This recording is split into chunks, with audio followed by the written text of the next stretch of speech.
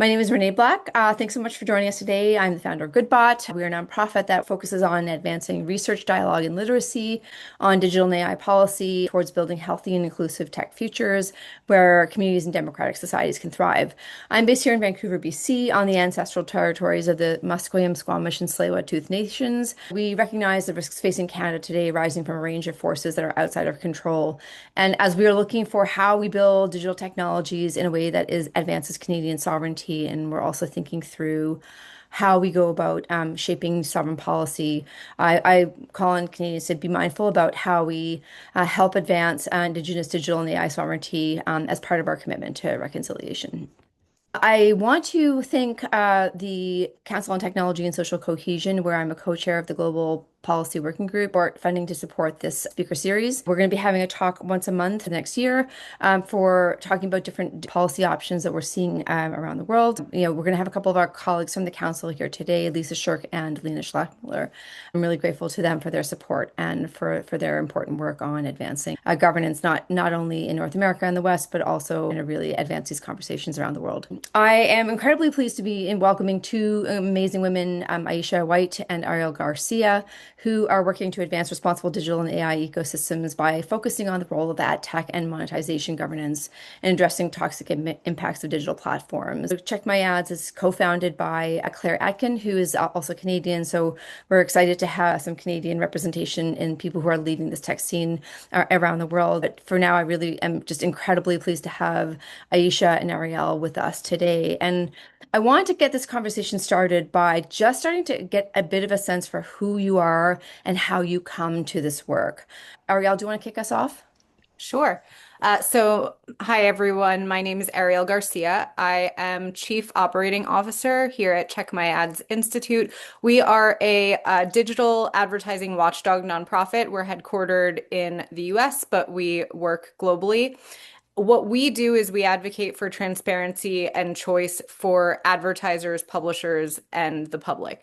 Now, my background, before I joined Check My Ads in 2024, I spent 10 years in the digital advertising industry. I worked at one of the large global media agencies. It was called Most recently there, I was Chief Privacy Officer. Over to you, Iesha.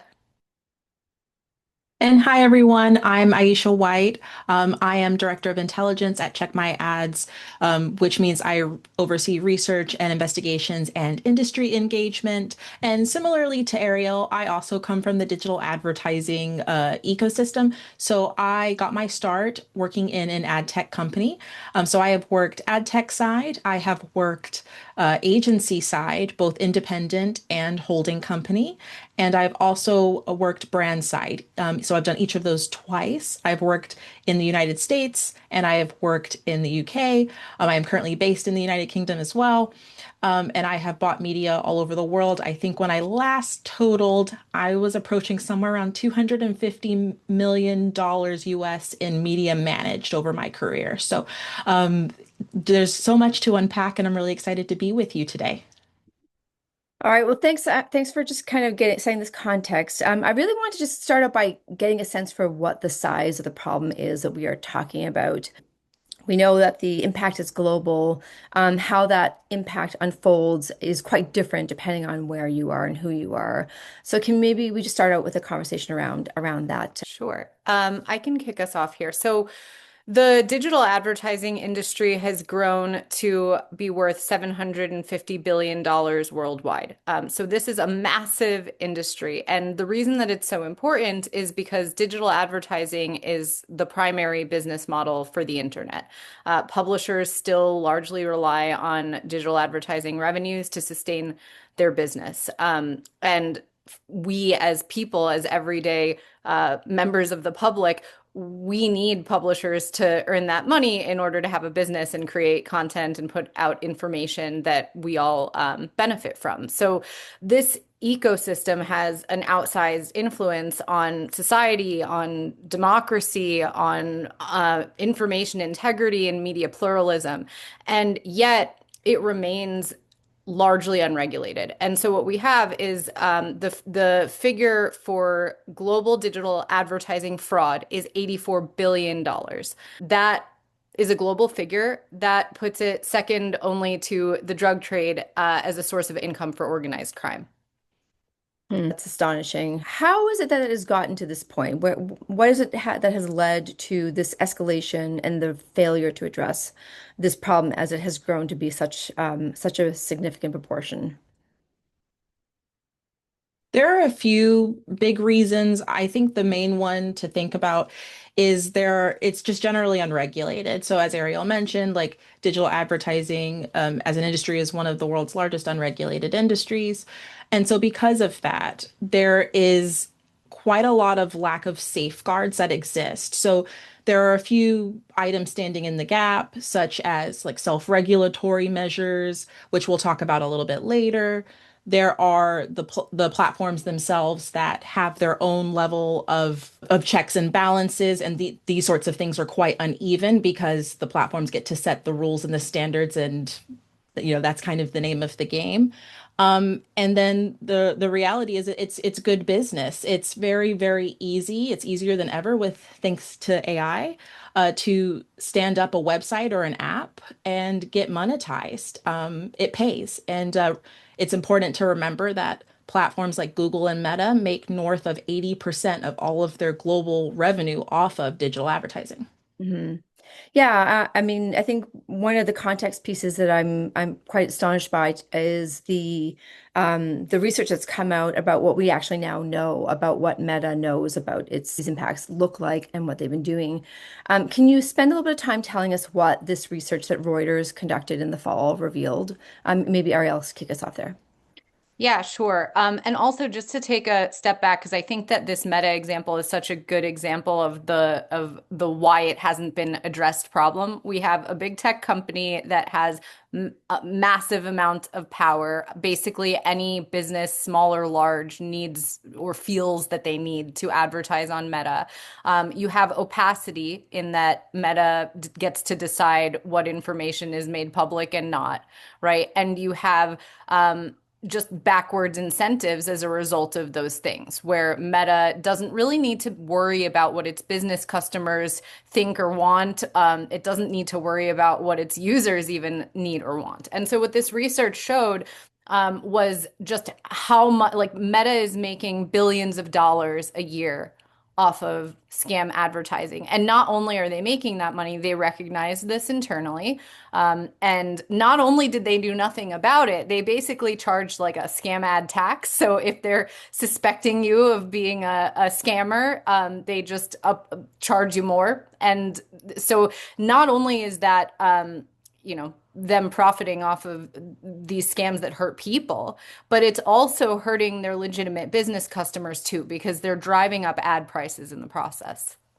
Yeah, I mean, I think my understanding is that they actually don't know that they have been charged more. So if you are a legitimate business, there's no way for you to contest a designation because there's no transparency around that designation. Also, that ends up creating this higher price point that is charged. So it ends up making the incentive and the price point for any ad to be higher. So it inflates the overall value of that economy. Is that right?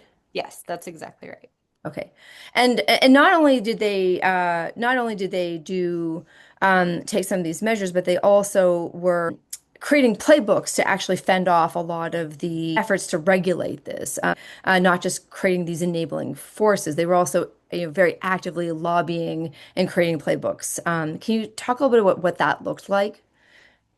Yeah, sure. I mean, and it's not just their lobbying efforts. Like I'll mention that in a second. But the other thing I wanted to say is that it also wasn't an accident, right? Like they have a an ads library, for example. They have the ability to include all ads in the ad library. They don't. They do it where it's required by law, which varies by jurisdiction. They have the ability to have all ads be in the ad library for a fixed period of time. They don't. They only have ads appear in their ad library as long as they're live. So if you're a scammer very easy to run a quick scam campaign and then jump to another page and run one there and evade detection, right? So these are all really impossible to imagine that it's not intentional, how they've engineered these systems. But in terms of their lobbying efforts, this is the same playbook that we see big tech running across the board with any effort to regulate, whether it's on scam ads, online harms, privacy. They basically work through a proxy network of trade associations and lobbying groups that masquerade as representing some particular interest, right? So within in the US, for example, I do a lot of testimony at the US state level on privacy bills. And what they'll do is they'll send in these groups that look like they're representing small business to say, oh no, these privacy rules would really hurt small business and we're so scared. And they're fed these talking points by Google and Meta and they don't know any better. They like all they have to go on is the fear mongering that's being put in their ear and the talking points that they're being given. So that playbook is incredibly difficult. It's been incredibly challenging. The good news is I think that it's been the subject of enough scrutiny and discussion now that people are starting to wise up to it and it's becoming less effective. And then you have groups like us that are coming in and saying, well, hey, we have actual data for you to kind of debunk the myths that they're spouting. Yeah, I mean, on that point, my understanding is that you've asked them for the data to demonstrate some of these claims that they're making, and what has their response been?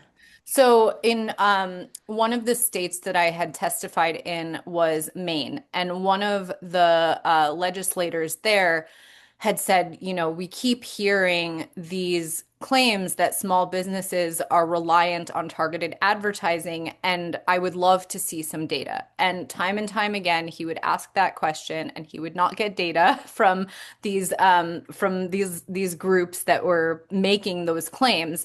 And then we came along and we shared our data, which we're excited to take you through in just a bit today, that showed, well, wait a minute, this targeted advertising system is not really working for us. It seems to be wasting a lot of our money, but it seems to be very good for your margins. And that our testimony ended up being cited as that bill passed out of the House. And so it was a testament to how sorely needed that data is as a reality check to give policymakers the confidence to change the system. Hmm. Great, thanks. Yeah, can you also, I want to jump into like there's been two pretty consequential rulings as well in the US and in the EU around how digital markets are being regulated, how some of the trials to address some of these abusive practices have been unfolding. So can you tell me a little bit about what that court case found, what Judge Brinkman decided around the responsibility of companies? Yeah, sure. So I attended both the liability and remedies phase of the DOJ's case against Google, their ad tech antitrust trial here in the US. Google was ultimately found to have monopolized the publisher ad server and ad exchange markets. So if I should have started with this a few minutes ago, but the way that modern digital advertising works and the reason that we keep saying that brands are in the dark is that brands, advertisers, they are not the ones that are actually placing the ads themselves or deciding where they go. They're relying on this supply chain of intermediaries. So an advertiser, if they're a big one, will work with an agency. If they're not, they'll work directly with a platform, likely Google, Meta, and a handful of others. On the publisher side, the publisher works with an ad server to make their what we call inventory, but their ad space available for sale. And then in the middle, there's an ad exchange. And the ad exchange is where there's like a real-time auction so that advertisers over here are saying, hey, I want to reach these types of people and I'm willing to pay this much money. And publishers are saying, hey, I have that person over here. And all of that happens like very, very quickly, basically in real time. So with this, it was found that Google had monopolized the publisher ad server side as well as the ad exchange that sits in the middle. The part where DOJ did not succeed and that Google illegally tied the two together, like you had to use the ad server to get access to Google Ads demand, that's the advertisers. and so on and so forth. Where the DOJ did not succeed was on the advertiser side, that Google dominated the advertiser ad network side of the market. But they didn't. The reason for that is even more interesting to me.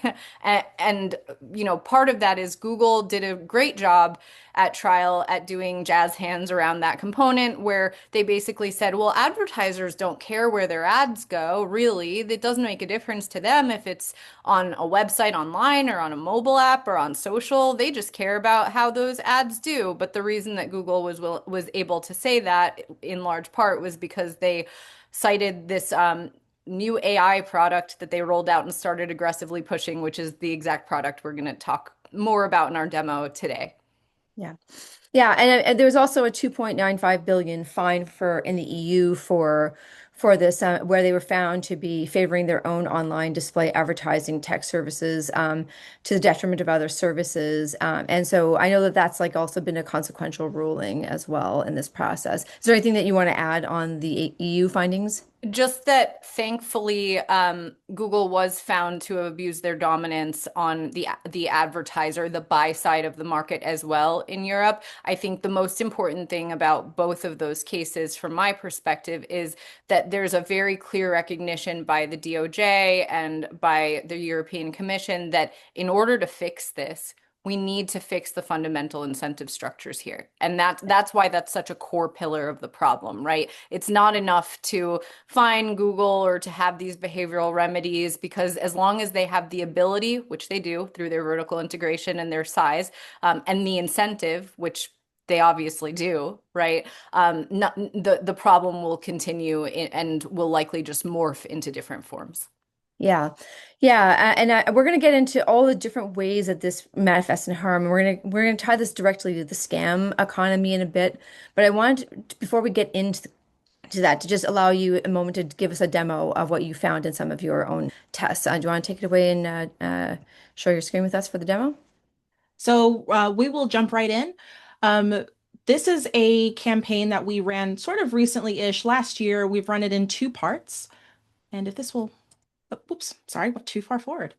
So we elected to run on a Google-owned and operated platform, which is known as Google Ads. And Google has come up with a relatively new, I would say about maybe 2 years, maybe 2.5 or so, product that relies on AI. And I want to preface, Google is not alone in this. TikTok has a similar product. Meta has a similar product. Microsoft has a similar product. LinkedIn has a similar product. So this is just proliferating. And we are seeing this across all sorts of different advertising buying platforms. So this is in no way limited to Google, but this particular campaign is Google specific. So it is called Performance Max. And so the question here, right, and as Arielle mentioned before, is, well, what do advertisers really get out of it? And as you can see here, as Arielle had, like I said, had mentioned, at the DOJ trial, the whole talking point was, well, the advertiser's not in control. We let AI do all of the work, and really we're pushing all of the advertisers in the net and that are utilizing the platform to utilize this particular product. Because advertisers, especially small and medium-sized businesses who do not have an agency to advocate for them or purchase media on their behalf, don't really have any other option. So interestingly, we found that when we ran the campaign, we ended up on park domains, kids videos, but we didn't actually run on anywhere that was recognizable. And what's really interesting about this is you put in just a few items in order to set this campaign up. All you do is you put in your budget. We spent almost $100 US. We put in some assets, and then like, so as in the ads, so a little bit of copy, like, hey, come check my ads. We gave it the website to crawl to, right? So when you click through, you would go to checkmyads.org, and we set the geography to United States, and we set the language to English. And that was it. That was all we did. Everything else, the Google and all the other platforms that have similar products say, we take care of it for you out of the box. We will find you the folks who are most likely to convert, as in make a sale, download a brochure off of your website, whatever you want them to do. We will find those people who are so qualified, and then you don't have to sift through the internet to find those folks. We're going to do it for you. We are smarter with the power of AI. We will match you with the best possible websites, apps, YouTube videos, etc., that will guarantee you a good outcome. So this is very interesting, right? Because if you look at these websites, it doesn't really feel like I would be finding people that are going to have a very good outcome. You'll also notice that there's quite a lot of information that's missing.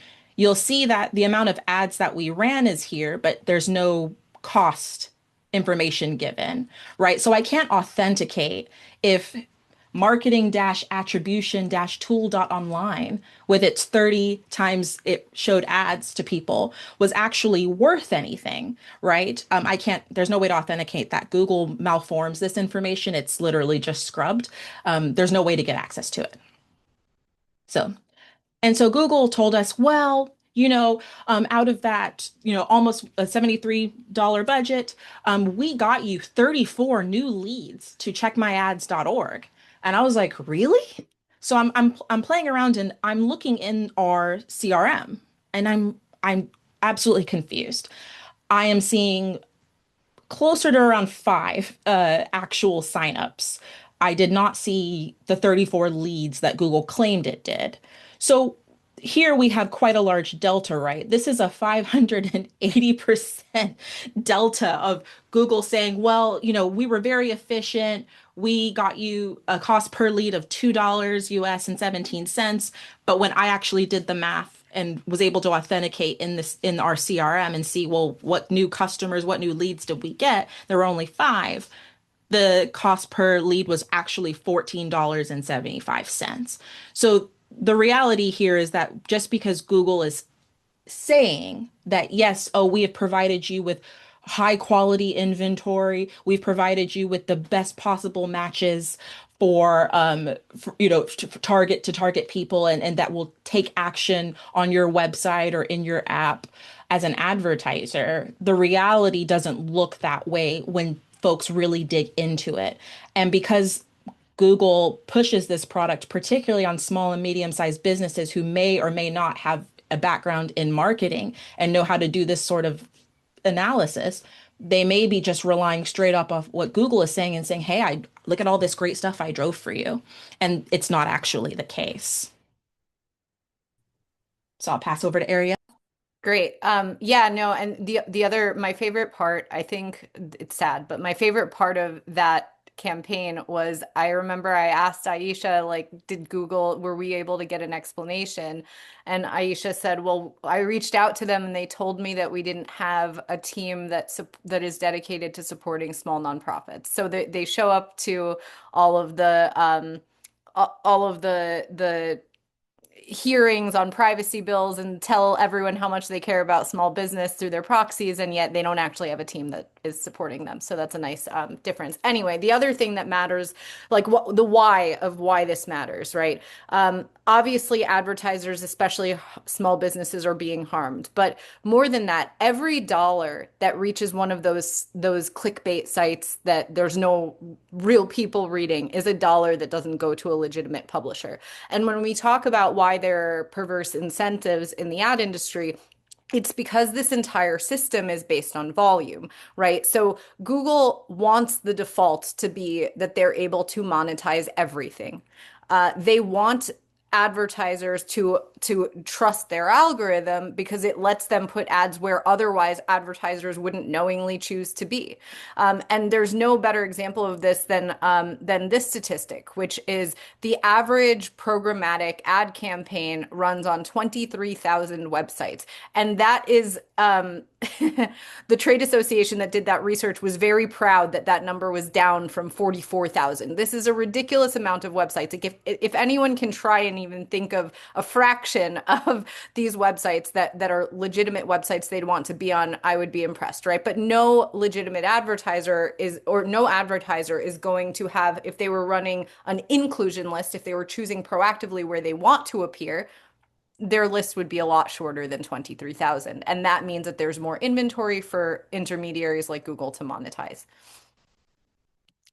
Now, again, this is a lot of money that is not making it to real publishers or effective media. The reason that we started out our campaign test with Performance Max is that Google Ads is the tool that 80% of advertisers use to buy ads. Irrespective of the DOJ's outcome in that case, that statistic is a real one.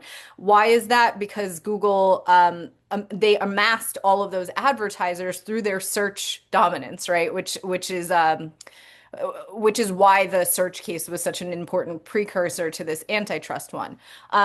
There's something like 4 million small businesses that are using Google Ads. And today, Google defaults most of them into this opaque AI product called Performance Max, or they have another one called Demand Gen that is very similar. So if you think about the materiality of that, this is a massive amount of money when you are defaulting 4 million advertisers into this opaque product that lets you monetize dark corners of the web and your own inventory, right? Because I don't like, we kind of glossed over it, but Google put most of our impressions into YouTube, into their owned and operated properties, because that's the most profitable for them, right? When we said we wanted English language videos, Google said, yeah, no, you don't. And they just chose the YouTube videos that they couldn't sell on purpose, right? Moving on to the next slide. Arielle, I want to just jump in to clarify here a couple of things too, because Yeah. so there's I think there are a bunch of issues we want to draw out. I mean, one is that first of all, people who are placing ads in good faith are not able to basically have those ads being seen by people who are likely to buy their product. They're being seen, Yeah. by often like automated sites that are really just designed to capture clicks. That's what you're saying here, right? Yeah, I mean, we talked about the scale of the ad fraud problem, right? So that like it's one of the pieces of that puzzle, you know. Yeah. And then likewise, we end up having, as you're saying, publishers who are unable to fund their sites because there is this dominance and there's no control over where that's going. The only way that you can control as a public as an advertiser is through these exclusion lists, not through some global settings or something that allows you to verify the authenticity of those organizations and advertisers. And so you end up having, for example, content being appearing like neo-Nazi content, ads appearing on your website. I mean, I know that you've also described a CSAM content sort of being monetized as well. So this touches on scams, it touches on online harms, but yeah, so just Yeah. Yeah, so the problem is, and this goes back to, and honestly, it's what this slide is about too, because the incentive is for scale. The platforms have no incentive to vet, to do any due diligence on the entities that they allow to monetize using their platform, right? So on the one hand, as Iesha said earlier, you have AI, which is making it incredibly easy to spin up a new website overnight. There was a study that I saw that showed a year-on-year increase of 700% in AI generated clickbait sites. We call it made for advertising sites here. And so you have all of those websites that are being stood up, and the incentive is not for Google or Meta or any of these ad tech companies to actually vet the publishers that are listing their inventory for sale. It's a very similar problem to what we saw back with Cambridge Analytica on on the advertiser or data side of things, right?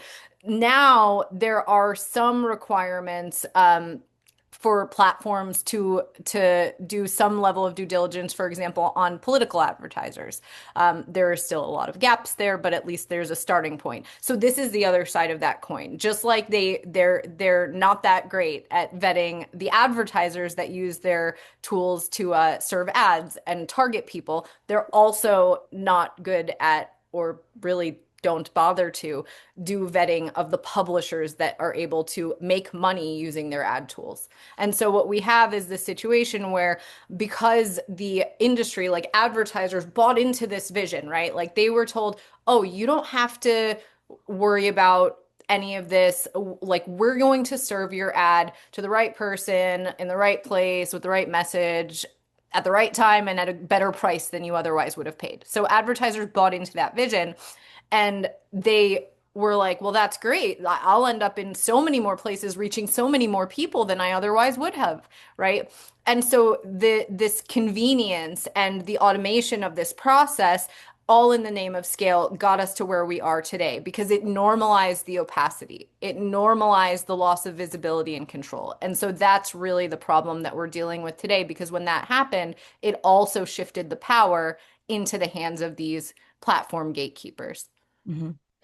Yeah, and so as I understand it, I mean, we're talking about such a big array of issues. We're talking about the harms to the publishers, who basically lack choice around where their ads are showing up. We have harms to the public, who are basically being exposed to things like scams and CSAM and foreign influence operations and polarizing content that's really impacting social trust. We're also seeing legitimate businesses who are trying to actually get visibility on their products getting drowned out by deluge now at scale because of the way that AI is operating. So it's impacting on the ability of legitimate small businesses who don't even know that they may have also gotten caught up in a potential scam filter to kind of like get there in sort of visibility of real customers. That also sort of undermines, I think it's economic sovereignty if we're thinking about a country like Canada that's really trying to make sure it's making its own policy. What do you focus on in that kind of a range? A country like Canada doesn't have right now the kinds of precedents that we're seeing in the U.S. and the EU. So what do you think that like some first steps are in this context? I also wanted to talk about why it's been so hard. We talked a little bit about the astroturfing. There's also this issue of the dominance, the use of the trade negotiations to kind of get undermine the ability to pass some of these policies. So how does Canada start to think about what kind of a role it might start to play in addressing some of these issues on the ed tech side?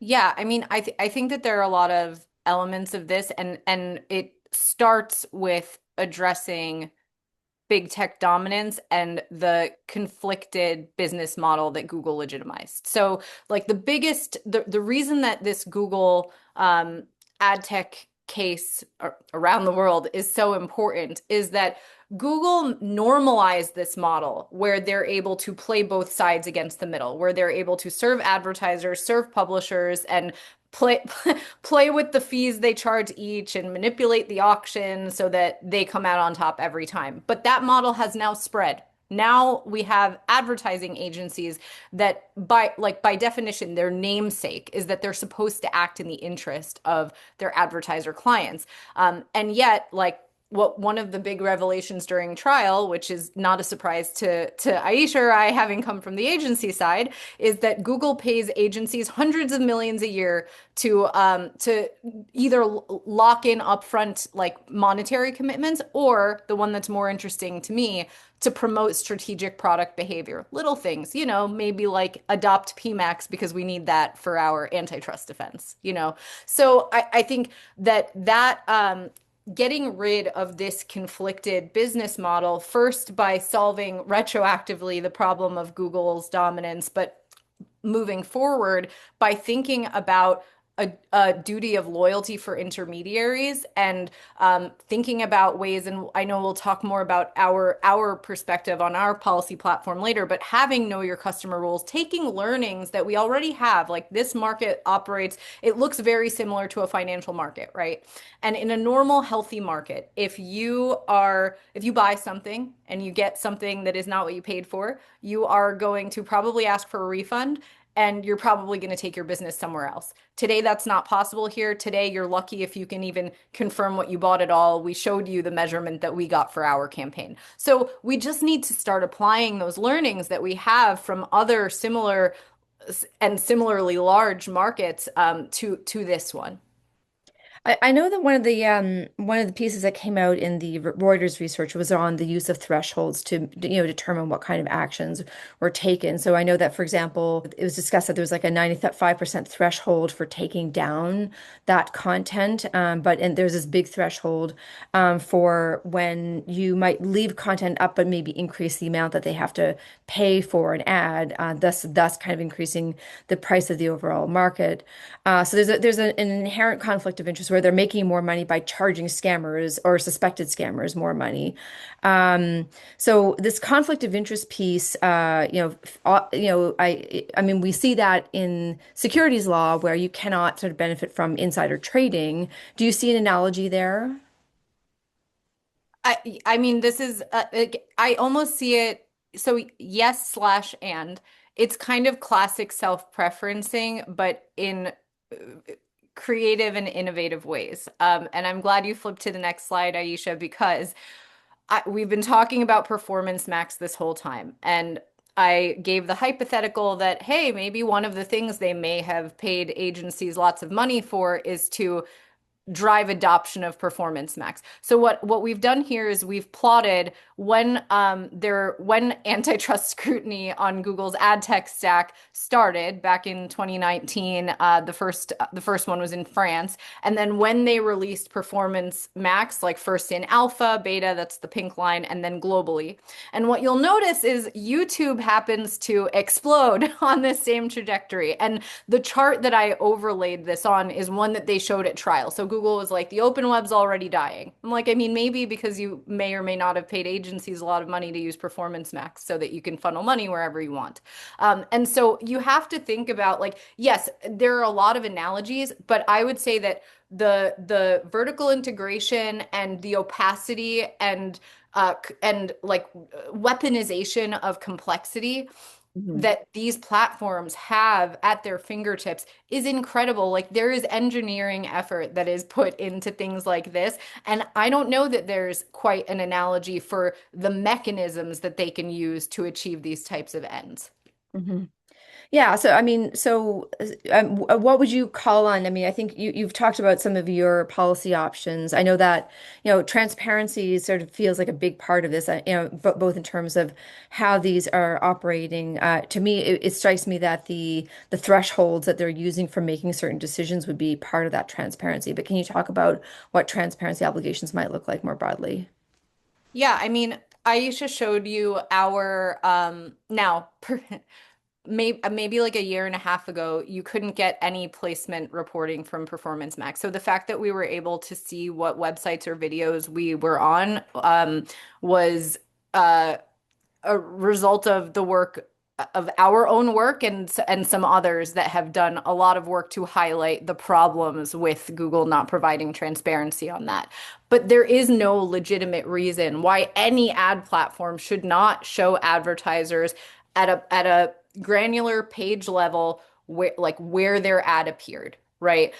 There are other mechanisms that are too in depth, probably for this discussion, that the industry has created that would allow advertisers to better track the flow of money across the supply chain. Because in the example of Google, it's kind of the simplest version, since Google was accused of not working with other ad exchanges for this. But the way that this works outside of Google's walls or with Google's DSP, which is what their larger clients would use, is you could have multiple hops in this transaction. So it's not just advertiser to agency to one platform to exchange to publisher. There can be resellers in the mix, and that chain can become a lot longer than it already is. And so there are mechanisms that we can put in place to allow that we could mandate to allow advertisers to track that flow. But Iesha, do you want to add to that?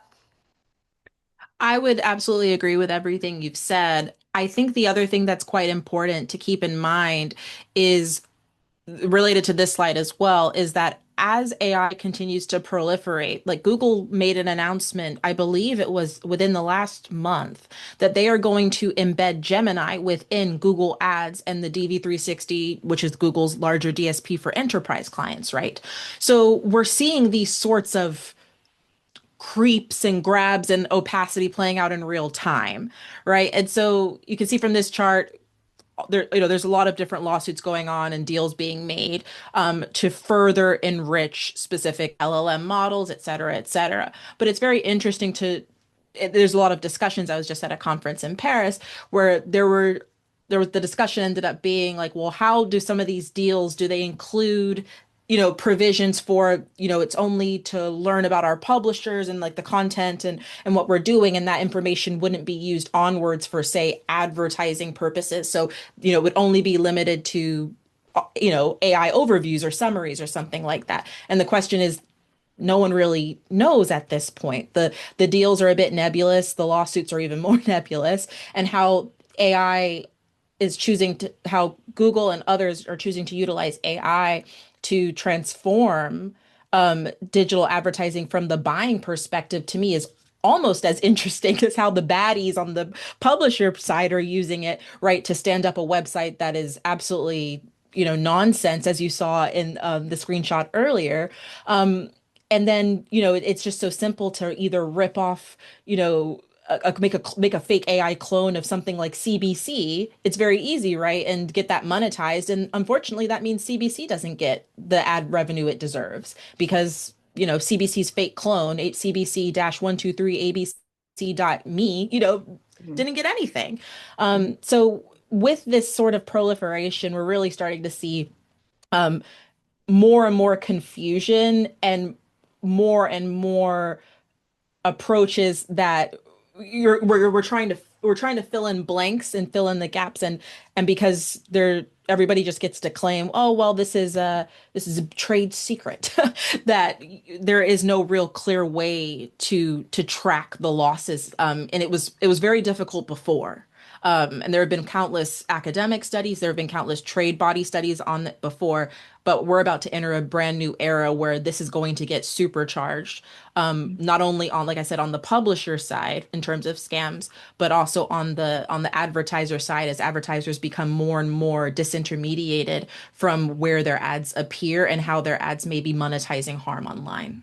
And you Yeah, I mentioned mean, before, Renee, sorry, the lobbying point, and it's actually insane to see how this is playing out in real time because on the AI piece, the IAB, which is a large trade association that allegedly represents the entire ad tech ecosystem, but in practice represents a lot of big tech's perspectives.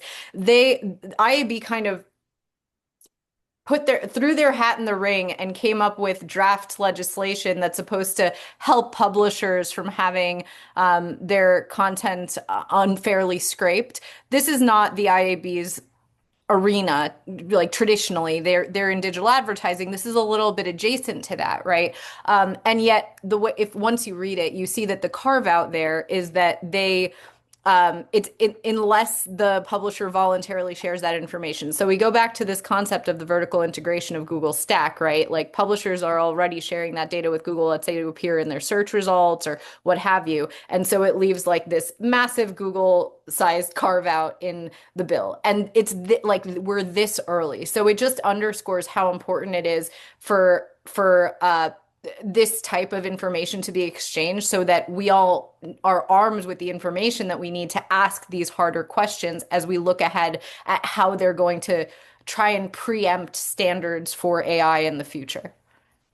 so I know that there's been a couple of attempts to legislate in other places. I know that in the America Act was one of the areas where there was an attempt to put in some rules around conflict of interest and looking at things like know your customer. Can you just talk a little bit about what those would have accomplished if they had gone through and what may be happening with them going forward? There are a few places where there are good templates for this or good starting points, right? The first would be in the European Union, the Digital Markets Act and the Digital Services Act. More so, I think it's important to think about the Digital Markets Act here because it's a very strong framework for recognizing this unique role that these large intermediaries, these gatekeepers play. Then we have the America Act, which, like, because of the size thresholds, ultimately it would have probably applied to Google and a handful of others. And it's not dead. It's just quiet. It's just quiet. We haven't seen movement, but there was strong bipartisan support for it. And what it would have addressed is that exact problem that we led with, where Google normalized this model of this conflicted business model where they served both publishers and advertisers, but really served no one but themselves. I think the last place that is useful to think about is, I mentioned that, post Cambridge Analytica and various jurisdictions have adopted this to some degree. There is an obligation on platforms in a bunch of places to do some level of due diligence for political advertising. So, like, a model is there. We know that it's practical. Again, enforcement on this would be good because the way that platforms interpret it is not as one would hope, right? But there is a model for requiring this type of due diligence to occur, even if one that's cleaner even than thinking about financial services as a template. Although I would argue that because of the scale of the problem, something as rigorous as what we see with financial services regulations, anti-money laundering, would be certainly appropriate here. So yeah, thanks for sharing that. I mean, I think in terms of just how this would play out. Think of what the world looks like on the other side of this type of regulation. What does that experience end up being? Can you just paint a bit of a picture of what that looks like? Sure. Iesha, do you want to kick off? Sure, I would say in the ideal world where we get things together and regulation exists and where enforcement is robust, advertisers would have access to their own data, right? It's their budgets that are on the line and monetize whether it's good, bad, or indifferent, content. They would have access to their own data and have choice and be able to make better informed decisions about where they would like those advertising budgets to go. News publishers and other content creators would be rewarded based on quality instead of just engagements because the way that the platforms pay out, right? It's on a cost per view, it's on a cost per click, it's on, all sorts of different models, but all of these models are predicated on very specific, like almost like instant discrete actions, right? Instead of on something like quality. So the good news would be if we were able to move mind shifts, sorry, change mindsets and shift those mindsets over to something that's not just based on a gameable like metric, that would be a big deal. And then lastly, the platforms would then in turn have to compete on the quality piece, and data, and in some cases, right, data privacy as well. That relates to the quality item, right? If we're no longer going off of metrics where it's, oh, well, this is how many hits are at the website, or this is how many people clicked on this ad, or this is how many people, viewed this AI slop video. Platforms would not have an incentive to just monetize absolutely everything under the sun on their platforms or across the open web just because it exists. Right now, to put it kind of in a funny way, everybody is playing hungry, hungry hippos with advertising budgets, right? It's money goes in and then everyone is trying to get their little piece, but these pieces start adding up and there is a considerable amount of waste. So what we're looking for is accountability, transparency, and just fair rules that would apply to absolutely everyone. Everyone should be verified in the supply chain. It can't, you shouldn't be able to say, well, that's not my, platforms should not be able to say, well, it's not my job to verify a publisher. That's the bank's job. The banks should be doing the KYC when I give them their monetization payout check. Like, no. If you're going to be monetized, and the platforms are going to take a share, they should share in the burden of checking as well. Yeah, thanks. I know that there's been a couple of cases of where, because of some of this research, there have been some industry bodies that have taken some action, or actually just one. In fact, the IAB Sweden recently kicked Meta out of its network because of some of this research that happened. But we're not seeing that type of thing happening in other places. Can you just talk a little bit about that and why you think that might be? Yeah, sure. So yes, IAB Sweden recently banned Meta or booted Meta because of their scam ad failures, and yet IAB, the way that they work is there's IAB, no chapter name here that's the global entity, and that one's headquartered in the US. But there are all of these local chapters. Now, in Sweden, what happened is that I guess their publisher membership had enough leverage, enough power that they were able to push IAB to hold Meta accountable. Because obviously, again, as we mentioned before, while Meta is making money off of scams, you have legitimate publishers that are really struggling, right? They're seeing declines in traffic, declines in revenue. Meanwhile, Iesha, do you want to ch talk to the UK IAB distinction? Sure.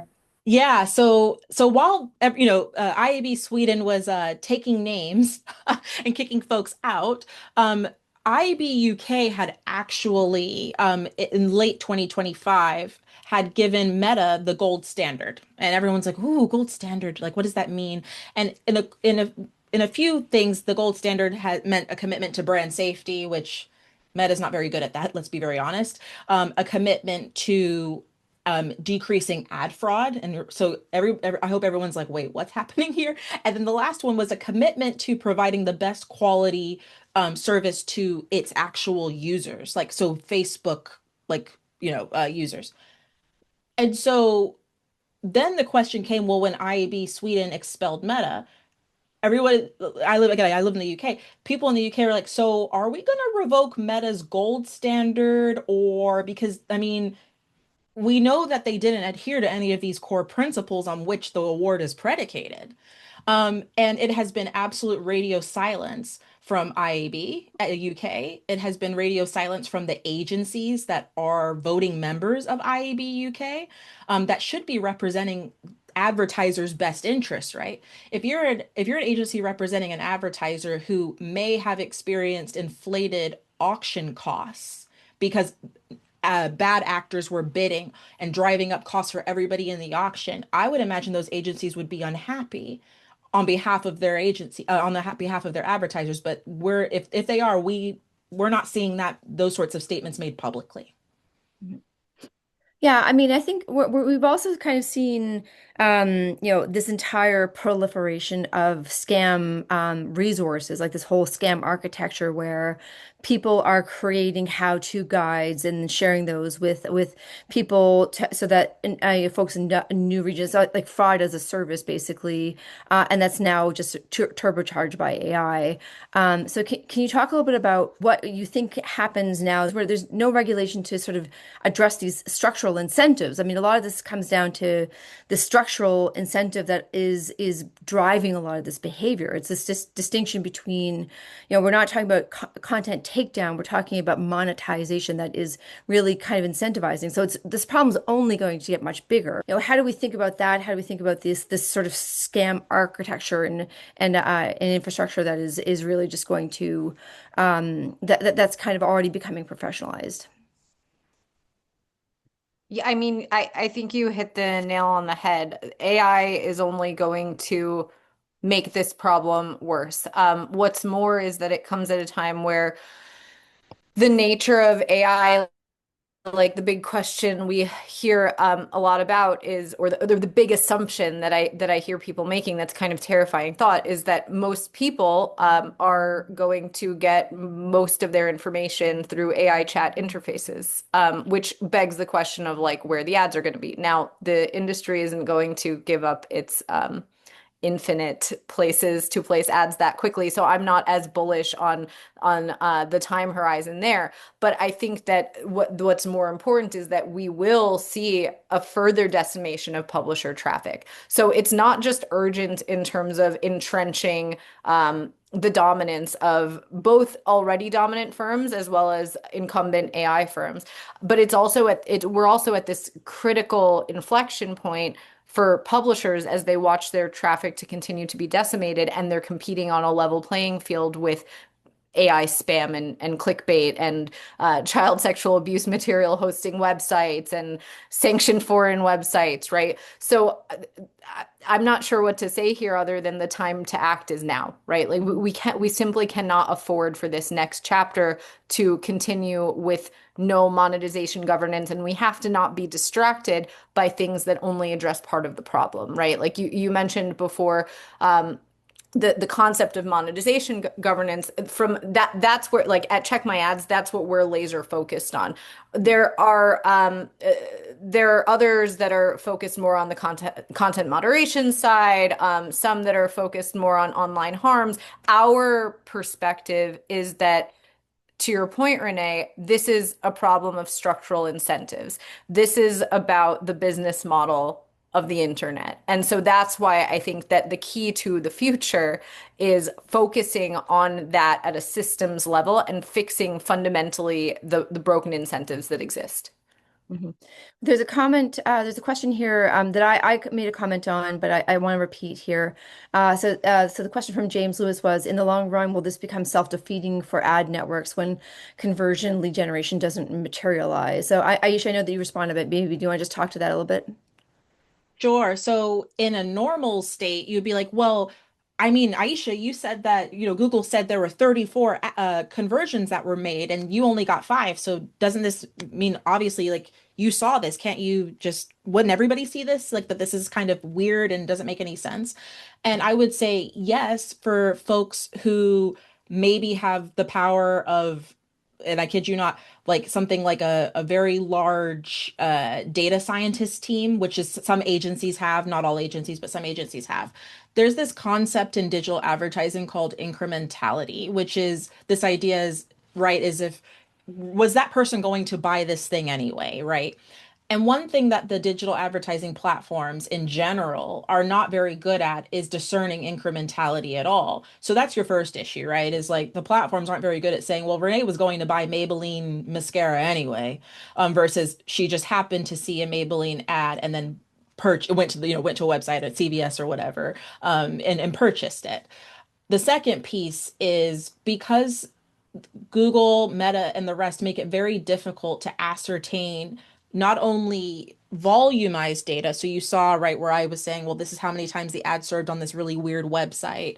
And you could see that some of the placements were rolled up just to say Google owned and operated, right? So it made it harder to discern if that was Google search or if that was Google Discover or Google News, for example. There's no way for me to know. In addition, there's no way for me to authenticate how many conversions each of those placements made. Google malforms that information. It's not available. So I can't say, well, golly gee, YouTube, got out of those 35 conversions Google said I had, YouTube gave me 25 of those. So YouTube's pretty good. There's no way for me to authenticate that. They malform this information. It's withheld on purpose. And so then when I go back and I'm looking at my CRM and I'm saying, well, I only see five, it's even harder for me to go back and say, well, I'm running on Meta, I'm running on TikTok, I'm running on Google. Which one of these drove the five conversions? Because they're all going to claim something different. They're, Mhm. Meta might say, I got you 10 conversions. Are they lying? Right?